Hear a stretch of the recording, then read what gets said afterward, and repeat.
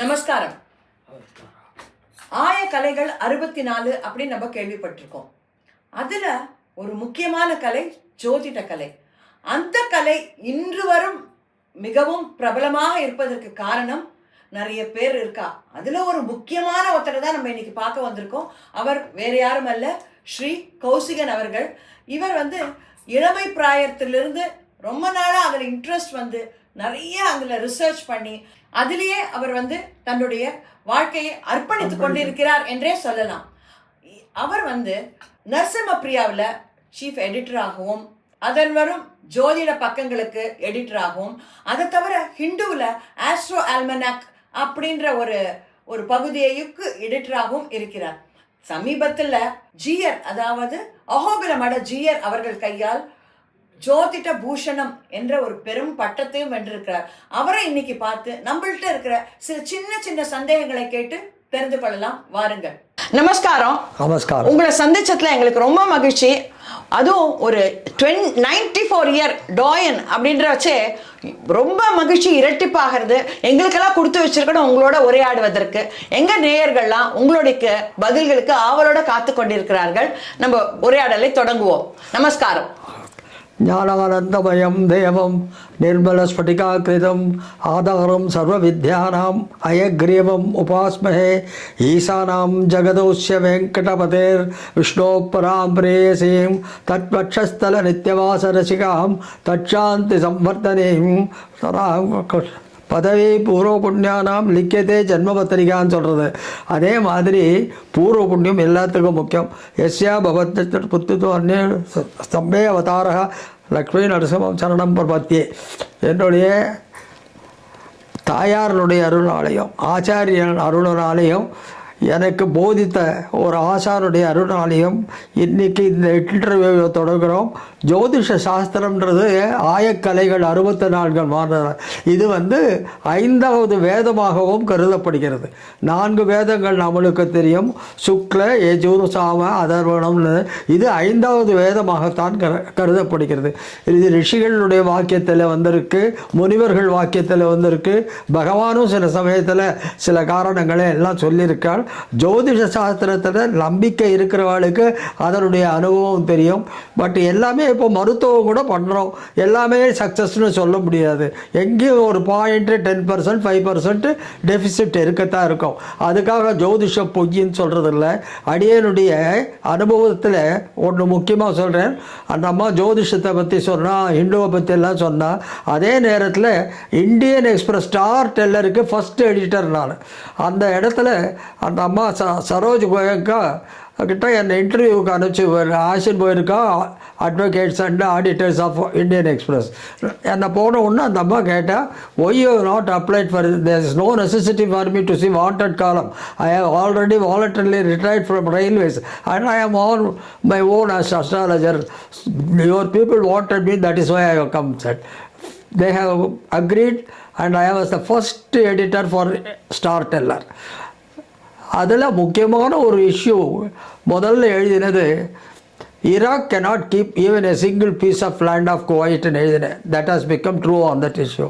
The next issue, 7th February or something like that, Chandrasekhar government will fall. That has also become true. I have not only predicted about human beings or something, I have predicted about countries and so many things that have happened. And our Narasimha Priya editor, previous editor, the elderly gentleman Purusai Swami has written, he has written about some taxes. It has been introduced, the tax has come. So not only Jyotisham is correct in many things, we may be correct 80 to 90%, 10% you will have to wait. It is all Bhagavad Kripa. Above all, he is there acting. இது வரைக்கும் நீங்கள் உங்களை பற்றி சொன்னது ரொம்ப சந்தோஷம், கேட்கறதுக்கு ரொம்ப சந்தோஷமாக இருக்குது. உங்கள்கிட்ட நான் கேள்விகளுக்கு நேர போகிறேன். இப்போது ஜோதிட சாஸ்திரம் அப்படின்னு சொல்கிறது இன்றைய நடைமுறையில் இஸ் இட் பாசிபிள், அதாவது அதை ஃபாலோ பண்ண முடியுமா? இப்போ நான் உட்காந்துட்டு இருக்கிறதுக்கே நான் 2 மணிக்குள்ளே வர சொன்னது நல்ல ஹோரையில் ஆரம்பிக்கணும்னு. ஆனால் 2:20 ஆகிடுத்து, உட்காந்துட்டோம். அதனால தான் அந்த ஜோதிஷாஸ்திரத்தில் நம்பிக்கை இருக்கிறதோடு தான் இப்போ பண்ணோம். இன்றைக்கி நாம் இவ்வளோ தூரம் மேலே ப்ரொசீட் ஆகிட்டு இருக்கோம். அந்த ஹோரை இன்றைக்கி சுவாதி நட்சத்திரம். சுவாதி நட்சத்திரம் லக்ஷ்மி நரசிம்மருடைய நட்சத்திரம். என்னுடைய நட்சத்திரம் விசாகம். விசாகத்துக்கு சுவாதி 27வது நட்சத்திரம், தாராபலம் இருக்கிற நட்சத்திரம். இந்த இடத்துல குருவனுடைய அருளும் அந்த ஹோரையும் நன்னா இருக்கிற தொட்டு இதே முகிராச்சாரியாலையும் நான் எதை தான் சொன்னேன்னு வராக மிகரிலையும் நீங்கள் ஹோரை பார்க்குறீங்களே கேரளாவில் தான் பார்க்குறாங்க. ஹோரை எல்லாரும் தான் பார்க்கணும், பார்க்க தெரிஞ்சவன் தானே பார்ப்போம் அப்படின்றதுனால எல்லாத்துக்கும் உபயோகப்படும். இப்போ ராகு காலம் யமகண்டம் அப்படின்றது அன்றாடம் வர்றது. நம்ம தினப்படி அது பார்த்துட்டு இருக்க முடியுமா? அதுக்கு இஸ் இட் பாசிபிள், சாத்தியமா? அது எல்லாத்துக்கும் தினப்படியெல்லாம் பார்க்க முடியாது. 7:30 9 ராகு காலம் வீட்டை விட்டு கிளம்ப முடியாதுன்னு அதெல்லாம் இல்லை. முக்கியமான காரியங்களில் பார்க்கணும். ராகு காலம் பார்க்கச்ச சூரிய உதயத்தையும் கணக்கு வச்சுட்டு பார்க்கணும். இப்போ 7:30 7:30 எக்ஸட்ரா. அன்றைக்கி 6:40 சூரிய உதயம்னா 7:40 ஆரம்பிக்கும். அது மாதிரி பார்த்துடணும். பட் எனக்கு ஒரே ஒரு அனுபவத்தை சொல்கிறேன் ராகு காலத்தை பற்றி. 1956 எனக்கு கல்யாணம் ஆச்சு. அந்த இடத்துல அம்பத்தூரில் இப்போ பண்ணிட்டு இருக்கிற அந்த மாமி எனக்கு வாய்க்கிறதுக்கு முன்னால் அவளை போய் பார்க்கறதுக்கு ஞாயிற்றுக்கிழமை 4:06 ராகு காலத்தில் தான் பார்த்தேன். அதுக்கு முன்னால் 32 பொண்ணு பார்த்துருக்கேன், எதுவும் குதிரல. இந்த 33வது பொண்ணு ராகு காலத்தில் பார்த்து தான் கொடுது. இன்றைக்கி எங்கள் வாழ்க்கை 70 வருஷத்தை கம்ப்ளீட் பண்ணிட்டு இருக்கு. ஸோ அந்த ராகு காலத்திலே நல்ல ஹோரை இருந்து நல்ல நட்சத்திரமாக இருந்தால் நல்லது நடக்கும். எல்லாத்துக்கும் மேலே நீ பண்ண பூர்வ புண்ணியம் அதை தான் எழுதணும். ஜனனே ஜன்ம சௌக்கியானாம் வர்த்தனே குலசம்பதாம் பதவி பூர்வ புண்ணியானாம் லிக்கத்தே ஜன்ம பத்திரிக்கை. பூர்வ புண்ணியம் நன்னா இருக்கணும், ஆச்சாரியன் அருள் இருக்கணும், பெரியவாளுடைய ஆசீர்வாதம் இருக்கணும். எல்லாத்தையும் கடந்து வெல்லலாம். இப்பொழுது நிறைய நம்ம கல்யாணங்கள்லாம் பார்க்குறோம். நிறைய பேர் வந்து ஜாதகம் பார்த்து இப்போ கல்யாணங்கள்லாம் நடக்கிறது இல்லை.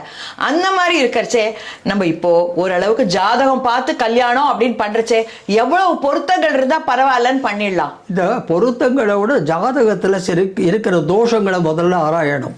10 பொருத்தங்கள்ன்றது தேவையில்லை. 10 பொருத்தங்கள் முக்கியமானது தினம், ரஜ்ஜு, ராசி, இது 3 தான் நான் ரொம்ப முக்கியமாக பார்க்குறேன். கணம் கூட பார்க்கறதில்ல, எல்லாம் ராட்சச கணம். இப்போ பிறக்கிறது எல்லாமே ராட்சச கணம் தான், எதுவுமே மனுஷ கணத்தில் எதுவும் பிறக்கிறது இல்லை. அதனால் தினம் முக்கியமானது. நட்சத்திர அக்ரிமெண்ட், அதுக்கு அடுத்தது ரஜ்ஜு, அதுதான் மாங்கல்ய பொருத்தம்னு பேர். இது எல்லாத்துக்கு மேலே ஜோதிஷத்தில் அந்த குழந்தைகளுடைய ஜாதகத்தில் மாங்கல்ய ஸ்தானம் நன்னா இருக்கா, புத்திரஸ்தானம் நன்னா இருக்கா, இவன் 2 பேருக்கும் ராசி அதிபதிகள் சௌகரியமாக இருக்காளா அப்படின்னு பார்க்கணும். அதே மாதிரி பையன் ஜாதகத்திலையும் குழந்தைய வச்சுட்டு ஆதரிப்பானா, நன்னா இருப்பானான்றதெல்லாம் பார்க்கணும். கொஞ்ச நாள் இருந்து எல்லாம் காலில் கையை அடிச்சுக்கிறது. இப்போ இது வேறு ஒரு புதுசாக எதுன்னு தெரியாத ஷஷ்டாஷ்டகம் அப்படின்னு ஒன்று ஆரம்பிச்சுடுறோம். ஷஷ்டாஷ்டகமான்றது பேர்.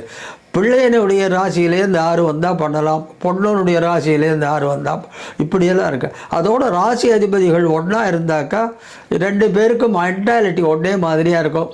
இப்போது மேஷ ராசி, விருச்சிக ராசி, அது ஷஷ்டாஷ்டகமாக அதுன்னு வருது. இருந்தாலும் அது ராசி அதிபதிகள் ஒன்று, அதனால் அதில் தோஷம் கிடையாது, பண்ணலாம். எல்லாவற்றிற்கு மேலே கம்பேரிசனுக்கு தெரியணும், ஜட்ஜ்மெண்ட்டு தெரியணும். இது நல்லா இருக்குது கையில் எடுக்கச்சியே சொல்லிவிடுறேன். இது மாதிரி நேற்றுக்கு ஒரு இடத்துல போனால் 2 பொண்ணு தான் இருக்குங்கிறார் அவர். அது மாதிரி பகவானுடைய அனுகிரகம் வேணும். வாக்கு வன்மைக்கு ஒரு பகவானுடைய அருளை பெற்றிருக்கணும். மந்திர சாஸ்திரங்கள் படித்து அதை வசியம் பண்ணி வச்சுட்டு இருக்கணும். அந்த வார்த்தையை வசியம் பண்ணி வச்சுட்டு இருந்தால் சொன்னது நடக்கும். இதுலயே எனக்கு ஒரு டவுட் இதுல கேட்குறேன். இப்போ செவ்வாய் இருந்தாக்கா அது வந்து பிளட் ரிலேட்டட் அப்படின்னு நம்ம சொல்றோம். இப்போ ஜாதகம் பார்க்கறச்சே அந்த செவ்வாய் தோஷம் இருந்துனாக்க அவளாம் நெகட்டிவ் பீப்புளா, அதனாலதான் நம்ம வேண்டாம் செவ்வாய் தோஷம் வேண்டாம்னு சொல்றோமா? தனே விரியேச்ச பாத்தாளே ஜாமித்திரியே அஷ்டமே குஜக ஸ்திரீனாம் பத்ருணம் ஸ்திரீனா 2 4 7 8 12 இருந்தால் தான் செவ்வாய் தோஷம். லக்னத்திலேருந்து அதை சந்திரன்லேருந்து மாறும், சுக்கர்லேருந்து வரும். கேரளாவில் ஜன்மத்தில் இருந்தாலும் தோஷம்ன்றார். செவ்வாய் தோஷம் எல்லாமே தோஷம் கிடையாது. இப்போ கடக லக்னத்தில் பிறந்தவாளுக்கு செவ்வாய் எங்கே இருந்தாலும் தோஷம் இல்லை, சிம்ம லக்னத்தில் பிறந்தவாளுக்கும் எங்கே இருந்தாலும் தோஷம் இல்லைன்னு இருக்கு. ஏன்னா இந்த 2 லக்னத்துக்கும் யோகக்காரகன் ஆகிறார். இன்ஃபேக்ட் என்னுடைய பொண்ணு இப்போ நீங்கள் பார்த்த பொண்ணுக்கு அவருக்கு கல்யாணம் பண்ணி வச்ச அவருக்கு செவ்வாய் தோஷம் இருக்குன்னு எல்லாரும் சொன்னால் இவளுக்கு செவ்வாய் தோஷம் இல்லை, இன்றைக்கி பேரன் பேத்திகளோட பெருவாழ்வு வாழ்ந்துட்டு இருக்கா. இது ஜட்ஜ்மெண்ட்டு தான். அந்த செவ்வாய் தசை வருதா, இவளுக்கு ஆயுள் ஸ்தானம் நல்லா இருக்கா, அதெல்லாம் பார்த்தோம்னா இந்த செவ்வாய் தோஷம் பெருசாக பாதிக்காது. அது தெரியணும், ஜட்ஜ்மெண்ட் வேணும். எல்லாமே ஜட்ஜ்மெண்ட்டு தான், அனுபவம் தான். ஏன்னா சமீப காலங்களில் நிறைய குழந்தைகளுக்கு கல்யாணம் ஆகாத காரணமே கூட இந்த செவ்வாய் தோஷம், அதனால அப்படி சொல்லிட்டு ஜாதகம் ரிஜெக்ட் ஆயிடுது. இது நீங்க இப்ப சொன்னது ரொம்ப குறையா சொல்ல வேண்டியதாக இருக்குது. என்ன ஏதுன்னு இல்லை, பார்க்கச்சே என்னவோ தூக்கி போட்டுருவோம் ஜாதகத்தை. நேற்றுக்கு வந்தால் ஒவ்வொருத்தருக்கும் சொல்லச்சியே எப்படி சொல்லணும் என்னான்றது இருக்குது. பயமுறுத்தக்கூடாது. செவ்வாய் தோஷம் இருக்குதுனால பயமுறுத்தக்கூடாது. அதுலேயே செவ்வாய் சூரியனோடு சேர்ந்தால் இன்னும் தோஷம் ஜாஸ்தி. இடுக்கதிரோடும் செவ்வாயும் எத்தளத்திலே கூடி இருந்த போதிலும் இவ்வளவு தான் பாலியா மங்களையாவாளேன்னு ஜாதக அலங்காரம் சொல்கிறது. சூரியனும் செவ்வாயும் சேர்ந்துருந்தால் கெடுதல். பட் அதுக்கே குரு பார்வை இருந்தால் அந்த தோஷம் நிவர்த்தி ஆகிடும். எல்லாத்தையும் பார்க்கணும். அந்த சூரிய திசை நடக்கிறதா, அந்த செவ்வாய் திசை நடக்கிறதா, அது பாதகாதிபதியா, மரணத்தை விதவிக்கும், எல்லாத்தையும் பார்க்கறதுக்கு உனக்கு ஒரு நிமிஷத்தில் தெரியணுமே. அது அனுபவம். எல்லாத்துக்கும் மேலே பகவானுடைய அருள், நீ பண்ணுற பூஜையினுடைய பலன், நீ பண்ணியிருக்கிற தேவதா அவசியத்தினுடைய பலன். இப்போ நீங்கள் சொன்னது நிறைய பேருக்கு மனசுக்கு ரொம்ப தெம்பாக இருக்கும். ரொம்ப தைரியமான வார்த்தைகள் சொன்னேன். அதுக்கு உங்களுக்கு ரொம்ப தேங்க்யூ ஸோ மச். அடுத்தது இப்போது ஜாதகங்கள் கிரகநிலை பற்றி வருவோம். அது நிறைய பேருக்கு உனக்கு ராகு சரியில்லை, சனி சரியில்லை, அது அங்கே இருக்குது அப்படின்னு சொல்லிட்டு நிறைய பரிகாரங்கள் சொல்கிறோம் இல்லையா? இப்போ சனி தசைனாக்கா நீ சனிக்கிழமை எள்ளோரை பண்ணி சனி பகவானுக்கு பண்ணு அப்படின்ற அந்த மாதிரி நிறைய சொல்கிறோமே. இந்த பரிகாரங்களால் பலன்கள் உண்டா? முக்கியமான ஒரு பரிகாரத்தை சொல்கிறேன்.